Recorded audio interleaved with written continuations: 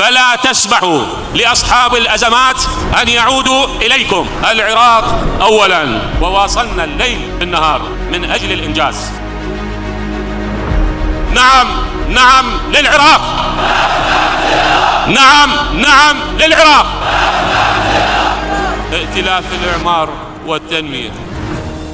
العراق أولا وغالي ظل مهما صار، كل يوم نريد تطوير أكثر وأعمار، وهذا وطننا مثل الجنة ويسوى الكون، ويبقى الغالي عندنا، ويبقى الغالي عندنا. حققنا أحلام الماضي والقادم منتظرينا يصير